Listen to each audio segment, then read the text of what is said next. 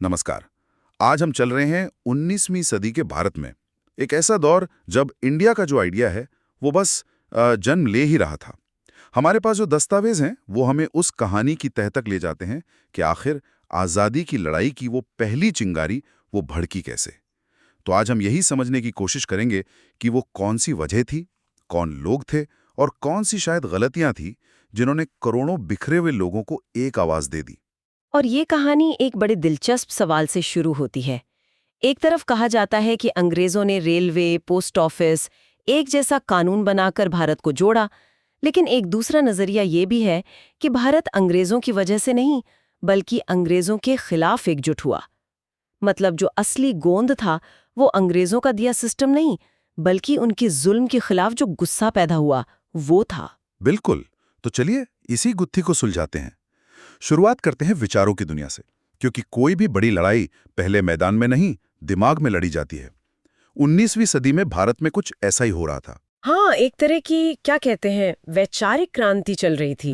राजा राम मोहन रॉय, स्वामी दयानंद सरस्वती, विवेकानंद जैसे समाज सुधारक सिर्फ धर्म या समाज की ही बात नहीं कर रहे थे। वो असल में भारतीयों के टूटे हुए आत्मविश्वास को जोड़ रहे थे। वो लोगों को याद दिला रहे थे कि हमारी सभ्यता, हमारा ज्ञान किसी से कम नहीं है। और उनके शब्द सिर्फ भाषण नहीं थे, उनमें आग थी। जब स्वामी दयानंद ने कहा भारत भारतीयों के लिए है, तो ये उस दौर के लिए एक बहुत ही क्रांतिकारी नारा था, है ना। ये पहली बार कोई कह रहा था कि इस जमीन पर पहला हक हमारा है। या फिर विवेकानंद का वो मशहूर आह्वान सोचिए, हाँ। हमारे देश को आज लोहे की मांसपेशियों और फौलाद की नसों वाले पुरुषों की जरूरत है। वो एक सोई हुई पीढ़ी को जगाने की कोशिश कर रही थी, उनमें हिम्मत और गर्व भर रही थी। एनी बेसेंट ने भी कहा था, एक आजाद देश सिर्फ आजाद सोच वाले लोग ही बना सकते हैं। तो ये सब मिलकर एक माहौल बना रहे थे। लेकिन यहाँ एक बहुत बड़ा विरोधाभास है ना। अंग्रेजों ने क्लर्क और बाबू बनाने के लिए अंग्रेजी शिक्षा का एक सिस्टम बनाया, लेकिन उसी सिस्टम से क्रांतिकारी विचारक पैदा हो गए। हाँ, ये शायद इतिहास की सबसे बड़ी बैकफायर कहानियों में से एक है।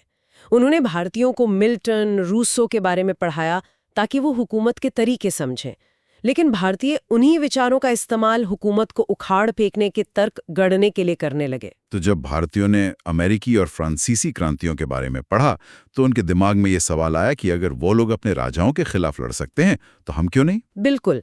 ब्रिटिश इतिहासकार रैमजे मैकडॉनल्ड ने भी ये माना कि भारतीयों ने पश्चिम से स्वतंत्रता और बराबरी के सिद्धांत सीखे और फिर उन्हीं सिद्धांतों को ढाल बनाकर अंग्रेजों से अपने हक मांगने लगे। तो ये जो पढ़े लिखे भारतीय थे, वो एक तरह के ट्रोजन हॉर्स बन गए।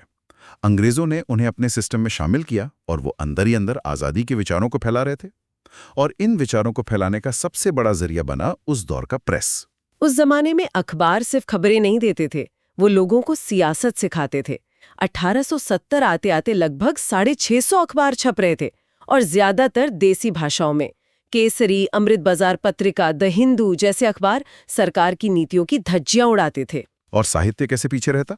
बंकिम चंद्र चटर्जी का आनंद मठ और उसका गीत वंदे मातरम, वो तो स्वतंत्रता आंदोलन का एंथम बन गया।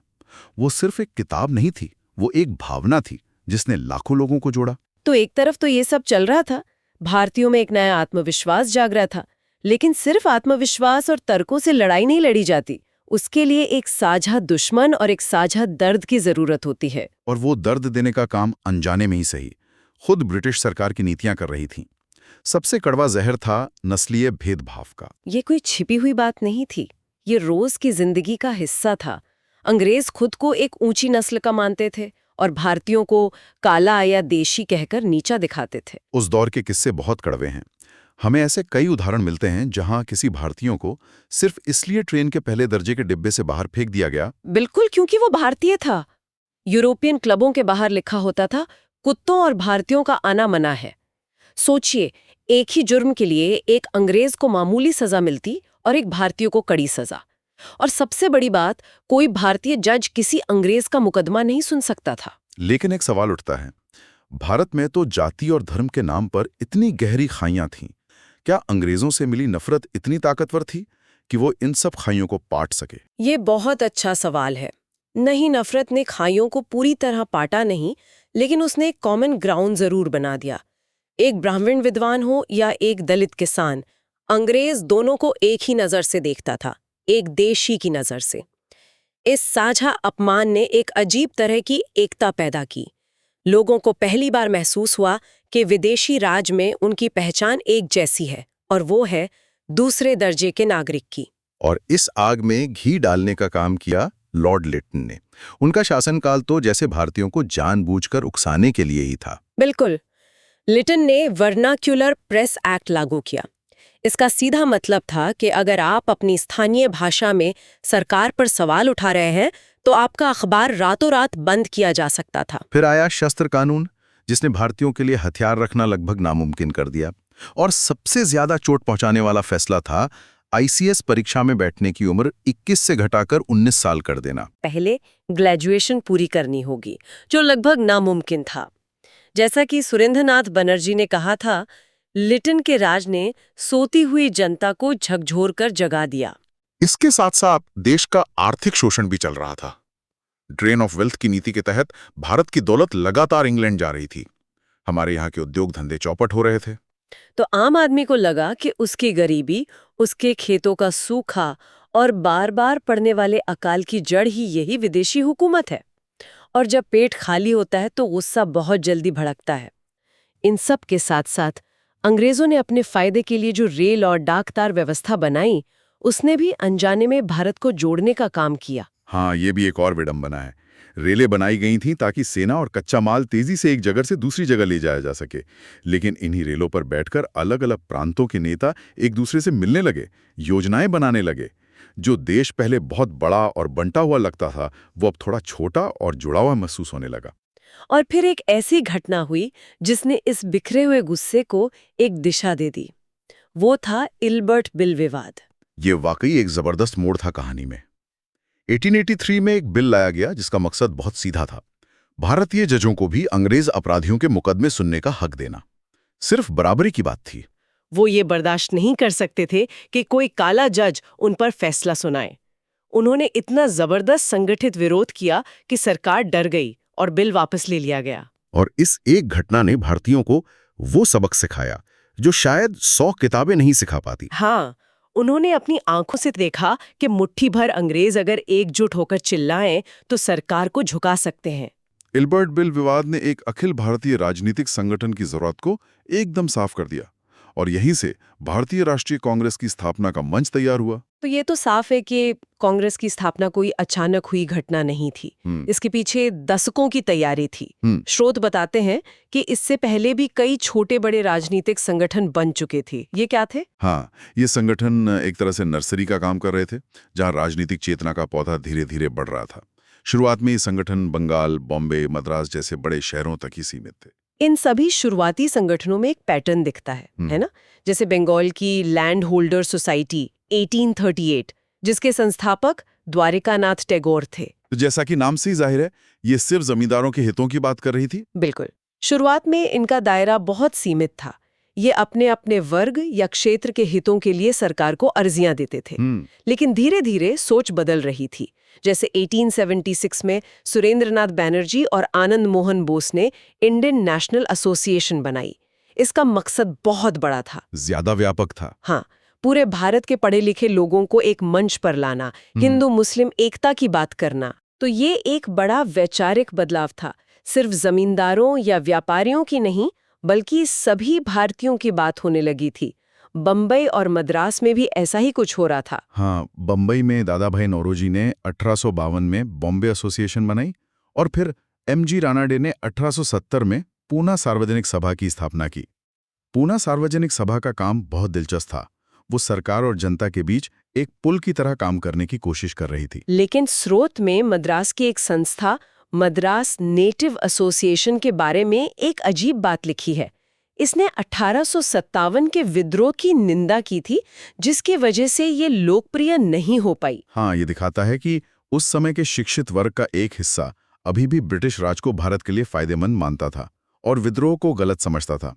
लेकिन इल्बर्ट बिल जैसी घटनाओं के बाद ये सोच तेजी से बदल गई, और 1884 में मद्रास महाजन सभा जैसे ज्यादा राष्ट्रवादी संगठन सामने आए। और एक और कमाल की रणनीति जो इन नेताओं ने अपनाई वो ये थी कि लड़ाई सिर्फ भारत में नहीं लड़ी, उन्होंने लड़ाई को इंग्लैंड तक पहुंचा दिया। ये बहुत दूर की सोच थी। दादा भाई नौरोजी जैसे नेताओं को grand old man of India यूं ही नहीं कहा जाता। उन्होंने समझा कि असली ताकत तो लंदन में बैठी है। इसलिए उन्होंने 1866 में लंदन में ईस्ट इंडिया एसोसिएशन की स्थापना की।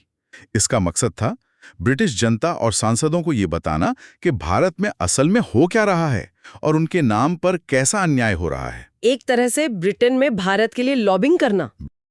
लेकिन इल्बर्ट बिल विवाद ने ये साफ कर दिया था कि इन क्षेत्रीय संगठनों से बात नहीं बनेगी।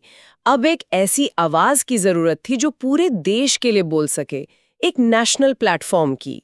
और इसी जरूरत से 28 दिसंबर 1885 को बंबई के गोकुलदास तेजपाल संस्कृत कॉलेज में 72 लोगों ने मिलकर भारतीय राष्ट्रीय कांग्रेस की नींव रखी।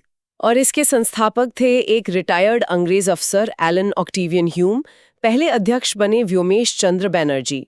शुरुआत बहुत मामूली थी, सिर्फ 72 लोग, लेकिन ये एक ऐतिहासिक पल था। मुझे हमेशा से ये सेफ्टी वॉल वाली थ्योरी बहुत दिलचस्प लगती है। क्या ये सच में हो सकता है कि वाइसरॉय लॉर्ड डफरिन ने जानबूझकर अपना विपक्ष खुद ही बनाया हो? ये थियोरी है तो दिलचस्प। इसके मुताबिक डफरिन को डर था कि 1857 जैसा कोई बड़ा विद्रोह फिर से हो सकता है, तो उन्होंने ह्यूम के जरिए कांग्रेस बनवाई ताकि भारतीयों का गुस्सा एक शांतिपूर्ण मंच से बाहर निकल जाए, जैसे प्रेशर कुकर का सेफ्टी वाल्व। ये एक तरह का गुस्सा मैनेजमेंट था। लेकिन इसका एक दूसरा पहलू भी है, वो लाइटनिंग कंडक्टर, ये तड़ित चालक वाली थियोरी। ये मुझे ज्यादा लॉजिकल लगती है। हाँ, इस थियोरी का मानना है कि उस वक्त के भारतीय नेता बहुत होशियार थे। उन्होंने ह्यूम का इस्तेमाल एक तड़ित चालक की तरह किया। जैसे तड़ित चालक आसमानी बिजली को खींचकर इमारत को बचाता है, वैसे ही एक अंग्रेज संस्थापक के होने से उनका ये नया संगठन ब्रिटिश सरकार के शुरुआती कहर से बच गया। अगर वो खुद इसे शुरू करते तो शायद सरकार इसे राजद्रोह कहकर शुरू में ही कुचल देती। तो शायद सच इन दोनों के बीच में कहीं है। लेकिन एक बात तो साफ है, शुरुआत में कांग्रेस को किसी ने भी गंभीरता से नहीं लिया। अंग्रेजों ने तो इसका मजाक ही उड़ाया। खुद वायसराय डफरिन ने इसे सूक्ष्म अल्पसंख्यकों की संस्था कहा, मतलब मुट्ठी भर पढ़े लिखे लोगों का एक ग्रुप। और लॉर्ड कर्जन का वो बयान तो बहुत मशहूर है, कांग्रेस अपनी मौत की घड़ियां गिन रही है और मेरी ख्वाहिश है कि मैं उसे शांति से मरने में मदद करूं। सिर्फ अंग्रेज ही क्यों, भारत के ही कई बड़े नेता शुरुआती कांग्रेस के तौर तरीकों से खुश नहीं थे। बाल गंगाधर तिलक की वो टिप्पणी बहुत तीखी थी, साल में एक बार मेंढक की तरह टराने से कुछ नहीं मिलेगा। उनका इशारा कांग्रेस के सालाना 3 दिन के सम्मेलनों की तरफ था, जहां नेता मिलते थे, भाषण देते थे और घर चले जाते थे। बिपिन चंद्र पाल ने तो इसे याचना संस्था यानी भीख मांगने वाली संस्था कह दिया, और अश्विनी कुमार दत्त ने 3 दिनों का तमाशा। ये आलोचनाएं हमें बताती हैं कि कांग्रेस की शुरुआत कितनी विनम्र थी। उस दौर के नेता आजादी नहीं मांग रहे थे, वो बस कुछ सुधार चाहते थे कि सिविल सर्विस में और भारतीयों का मौका मिले, टैक्स थोड़ा कम हो जाए, बस। पूर्ण स्वतंत्रता का लक्ष्य तो अभी बहुत दूर था। तो अगर हम पूरी कहानी को जोड़ें तो भारतीय राष्ट्रवाद किसी एक वजह से पैदा नहीं हुआ। ये कई धाराओं का संगम था। एक तरफ समाज सुधारकों ने सोया हुआ आत्मविश्वास जगाया, दूसरी तरफ अंग्रेजी शिक्षा ने आज़ादी के नए विचार दिए, फिर अंग्रेजों की ज्यादतियों और आर्थिक शोषण ने एक साझा दुश्मन और साझा दर्द दिया, और आखिर में इल्बर्ट बिल जैसी घटनाओं ने सिखाया कि लड़ने के लिए संगठित होना जरूरी है। इसे किसी ने बहुत खूबसूरती से समझाया है कि यह आंदोलन साम्राज्यवाद की हालत और शोषण की उसकी व्यवस्था से ही पैदा हुआ था। यानी अंग्रेजी राज ने अनजाने में खुद ही अपने विनाश के बीज बो दिए थे। बिल्कुल, ये एक धीमी, उलझी हुई और विरोधाभासों से भरी कहानी थी। प्रेरणा भी पश्चिम से मिली और नफरत भी पश्चिम के राज से ही मिली। तो अब हमारे श्रोताओं के लिए एक सवाल छोड़ जाते हैं। शुरुआती कांग्रेस को उसके अपने ही कुछ नेताओं ने याचना संस्था और 3 दिनों का तमाशा कहा था। जाहिर है वो एक कमजोर संगठन था। तो सोचने वाली बात यह है कि इस भीख मांगने वाली संस्था को एक ऐसे जन आंदोलन में बदलने के लिए कौन से निर्णायक मोड़ और रणनीतिक बदलाव जरूरी थे, जिसने दुनिया के सबसे बड़े साम्राज्य को झुका दिया और भारत को आज़ादी दिलाई।